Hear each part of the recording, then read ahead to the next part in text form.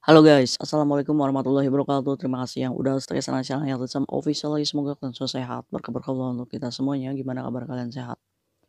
Alhamdulillahirobbilalamin. Kasih semua waras, masya Allah. Kasih doakan yang lagi sakit Allah sehatkan. Teman kasih yang berjuang di rumah majikan, tentunya diberikan kekuatan sampai finish. Teman kasih yang bahagia juga, tentunya jangan lupa bersyukur. Selamat pagi, ya Puy. Kalian lagi pada ngapain cuy? Ini tuh subuh ya, kayak bangun. Terus kayak ngoceh, capek banget. Semalam itu ketiduran ya. Kita bahas tentang teka-teki aliran dana yang diambil oleh Mbak F ya. Kemana aliran dananya? Soalnya kan Mbak F-nya itu kan ada di Kayatisam sekarang ini. Sedang proses pemulangan ke Indonesia. Karena si Mbak F ini ternyata mengejutkan ya cuy ya. Kerja di Hong Kong itu ternyata baru 5 bulan aja. Gimana sih kisahnya sampai dia itu nekat ya melakukan pencuraian uang yang pengakuan majikannya ini 80.000 Hong Kong dollar. Oke cuy. Jadi kemarin ini Mbak F itu kan viral ya dikarenakan kita melakukan sanksi sosial, di mana mbaknya ini mengambil uang di majikan part-time-nya dikarenakan dia ini anak overstay. Overstay-nya sih belum lama cuy, masih 15 hari setelah dipecat dari majikan yang ada di Lohaspak. Kita tarik mundur dulu yuk. Jadi si Mbak F ini datang dari PT resmi. Dia ini dulunya ex Taiwan. Dia dari Kendal. Dia ini mengadu nasib ke Taiwan gagal dikarenakan kaburan dan pulang. Tapi Mbak F ini tidak belajar dari pengalaman kerjanya yang di Taiwan. Dia coba lagi nih ke Hong Kong dikarenakan di Taiwan sudah blacklist pastinya. Di Hong Kong dia berusaha merubah nasibnya ya, karena dia ini pergi dari keluarga yang kurang ya. Dan termasuknya Mbak F ini anak yang ditinggal orang tuanya. Ayahnya sudah meninggal dan ibunya entah kemana. Jadi Mbak F ini hidup dengan kakaknya, tapi kakaknya pun sibuk dengan urusannya sendiri-sendiri. Karena sudah ada di usia dewasa, si Mbak F ini bisa pergi ke luar negeri. Umurnya saat ini 31 tahun cuy. Dia merantau ke Hong Kong berusaha memperbaiki hidupnya pastinya. Akhirnya dia berangkatlah ke Hong Kong tuh dan mendapatkan majikan di daerah Lohaspak. Benar, dia menjaga anak umur 9 tahun. Tapi sesampainya di Hong Kong, nasibnya Mbak F ini pun diuji lagi. Ternyata watak ya, susah kalau watak ya cuy ya. 5 bulan dia ini setelah potongan PT ya selesai, dia dipecat dari majikannya, di fire atau dikembalikan ke agensi dikarenakan ada surat bank. Jadi si Mbak F dalam kerja 5 bulannya ini sudah mengetahui hutang piutang di luar. Dia memiliki beberapa bank, diantaranya Bank P, menurut pengakuannya dia ke Kayatisam ya. Di Bank P, terus dia dicabangin lagi di Bank T, dicabangin lagi di bank kecil ya. Sampai dia juga punya pinjaman di Longping. Setelah itu dia juga menggadaikan paspornya di pengakuannya dia ini di Samsipo. Jadi si Mbak F ini dengan kondisi dokumen yang gak ada, surat bank yang sudah datang ke rumah majikan. Sekarang pertanyaannya, majikannya mana yang mau dengan keadaan domestic helper yang sudah banyak hutang piutang? Akhirnya majikan ini memfire cuy di Mbak F kerja 5 bulannya. Wajar ya. Ini kan berarti kan udah watak ya. Ini baru 5 bulan loh dia kerja di sini. Kita yang lama aja ketar-ketir, iya nggak sih? Inilah pengaruh apa ya cuy, pengaruh lingkungan atau kebiasaan atau watak atau pengen kaya secara cepat, ya. Akhirnya Mbak F ini dikeluarkanlah tuh dari majikan. Saat dikeluarkan dari rumah majikan, ternyata Mbak F juga chat kayak Tisam awalnya sebelum dia ini nekat untuk menjadi overstay. Nah, saat dia ini keluar, otomatis majikan sudah memberikan hak-haknya ya, termasuk tiket pesawat. Dikarenakan paspornya ini nggak ada, akhirnya dia ini berusaha mencari pertolongan. Di mana dia ini menghubungi Kayatisam. Itu ternyata dia menghubungi Kayatisam loh, begitu dia dipecat. Kak, saya minta tolong. Apa? Kenapa kamu? Saya di interminate sama majikan, masih bisa nggak kak? Saya cari kerja secara resmi. Kemana paspormu? Paspor saya digade kak 5.000. Aduh, yang pertanyaan kayak Disam, uang terminate-nya dapat berapa kamu? Karena begitu uang terminate itu ada, otomatis kita bisa tabayunkan tuh dengan rentenir untuk mendapatkan dokumen dan bisa mendapatkan majikan baru. Tapi pada waktu itu Kaisam nggak nanya dia masa kerjanya berapa cuy. Dibalas kamu dapat uang intermediate berapa, itu pun nggak direspon ulang lagi sama si Mbak F. Ya sudah ya, Kaisam itu kan nggak terlalu mengejar gitu orang dia yang butuh. Akhirnya mungkin dia berpikir duit nggak ada, bagaimana ngambil paspor, mau pulang pun pulang kemana gitu kan. Sedangkan kan background orang tuanya kan udah nggak ada, kakak-kakaknya juga ada. Jadi dia ini memilih nekat untuk ya udahlah, toh saya juga pulang nggak punya keluarga, ibaratnya ya walaupun masih punya kakak gitu kan. Saya pulang juga kemana gitu. Akhirnya banyak godaan-godaan yang di Hong Kong ini terkenal dengan anak kaburan bisa kerja ilegal. Akhirnya memilih jalan nekat overstay. Otomatis di sini agensi udah nggak bertanggung jawab ya, karena ini adalah pilihan hidup kalian menjadi anak overstay di luar sana.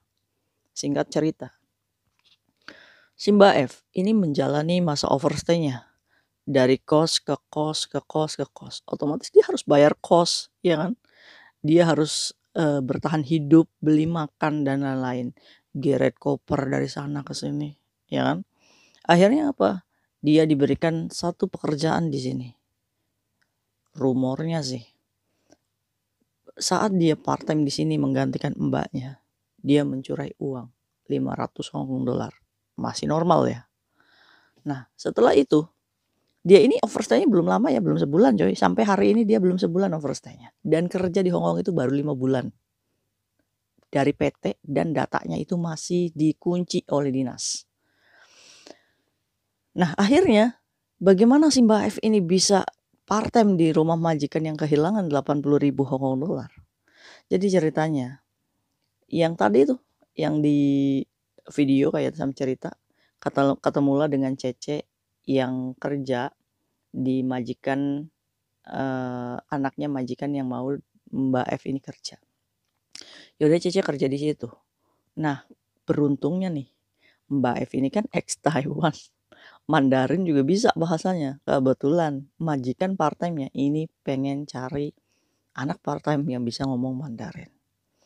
Kembali lagi nih, majikan menginterview Mbak F dengan tampang lugunya, dengan tampang pura-pura bodoh ya kan.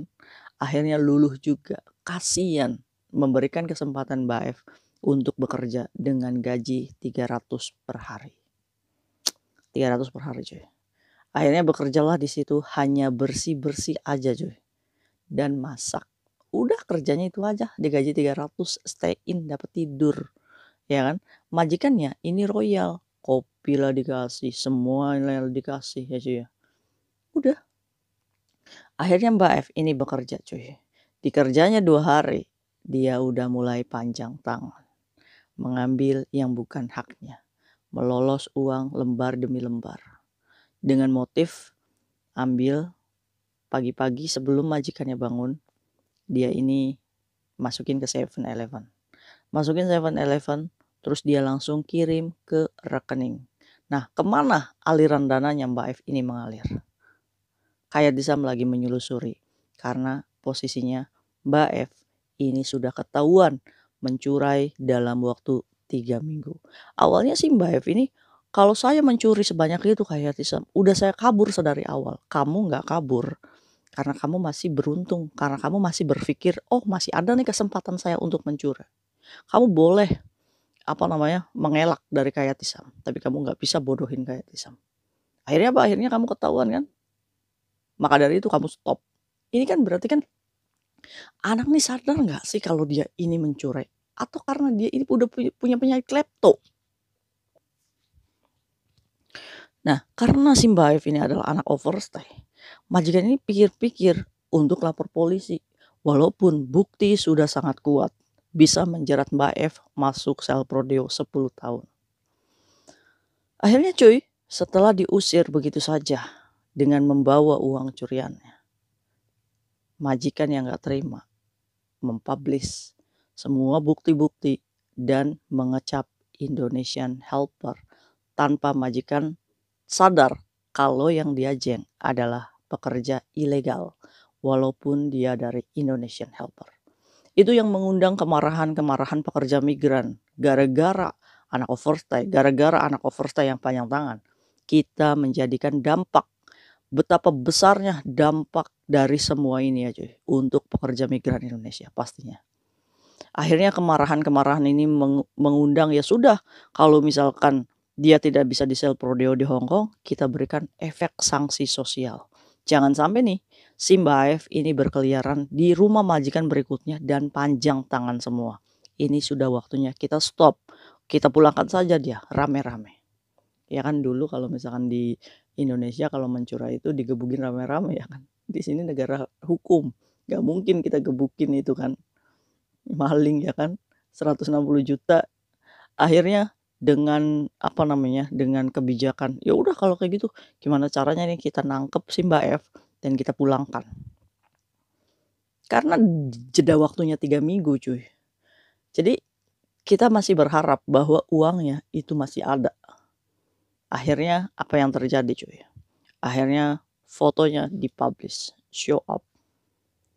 Deterjen kan banyak ya cuy. Nyebar udah cepet banget tuh nyebar. Semua kos-kosan menutup akses di mana Mbak F tidak diizinkan untuk ngekos. Karena apa? Ya karena namanya udah tercemar gitu cuy, ya kan wajar aja kos-kosan kan banyak ya anak kosongan gitu kan. Udah dengan kejadian kayak gini kan mereka mendapatkan tamparan juga ya nggak sih?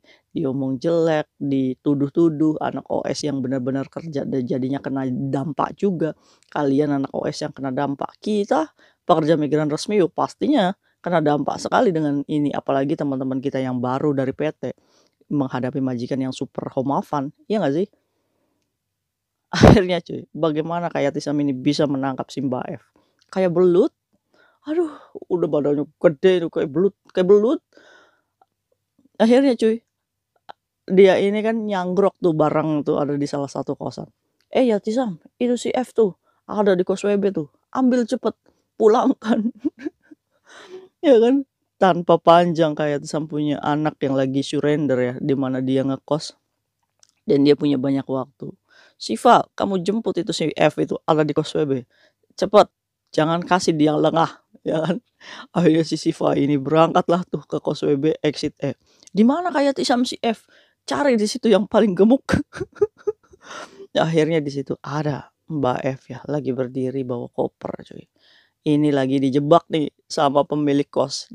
Tadinya mau ngambil barang awalnya. Akhirnya si Siva ini datangin tuh si F. Kamu F ya? Jangan gerak kamu. Saya disuruh kayak Tisam katanya nangkep kamu. Apa sih?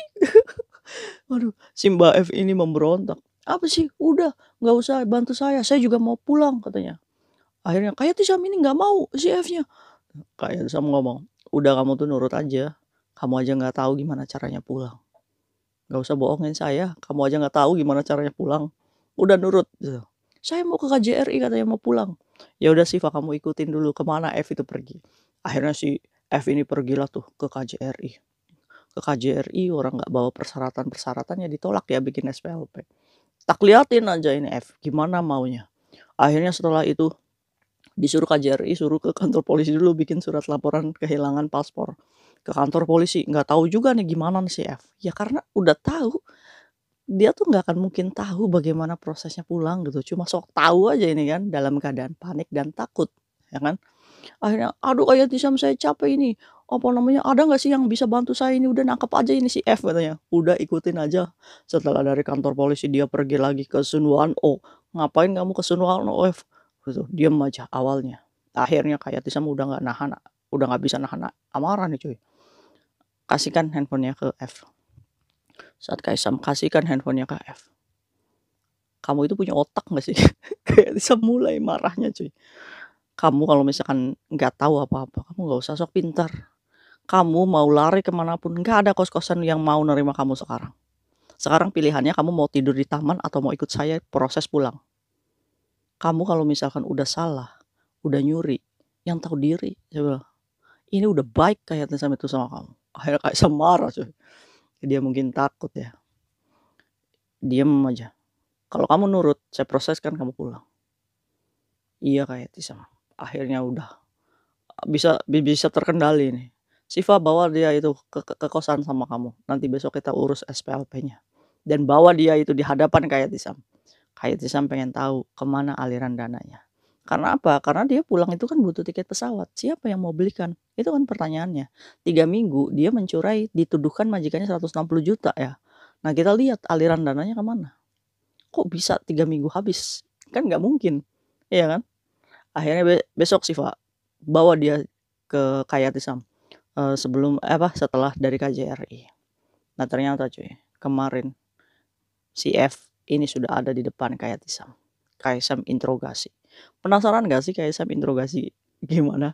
Dan Kayatisam juga sudah mendapatkan nih buku tabungan si F. Apakah aliran dananya ada di buku tabungan ini? Part 2 ya. Kepanjangan cuy. Nanti ya agak siangan video. Ikutin terus kisahnya F. Kita kupas tuntas kemana ini aliran dananya. See you next video. Bye bye. Assalamualaikum warahmatullahi wabarakatuh. Bye.